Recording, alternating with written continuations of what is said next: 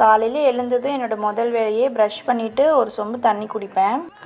மாமா எழுந்ததுமே முதல் கேள்வி தண்ணி குடிச்சியான்னு தான் கேட்பார் எப்பயுமே.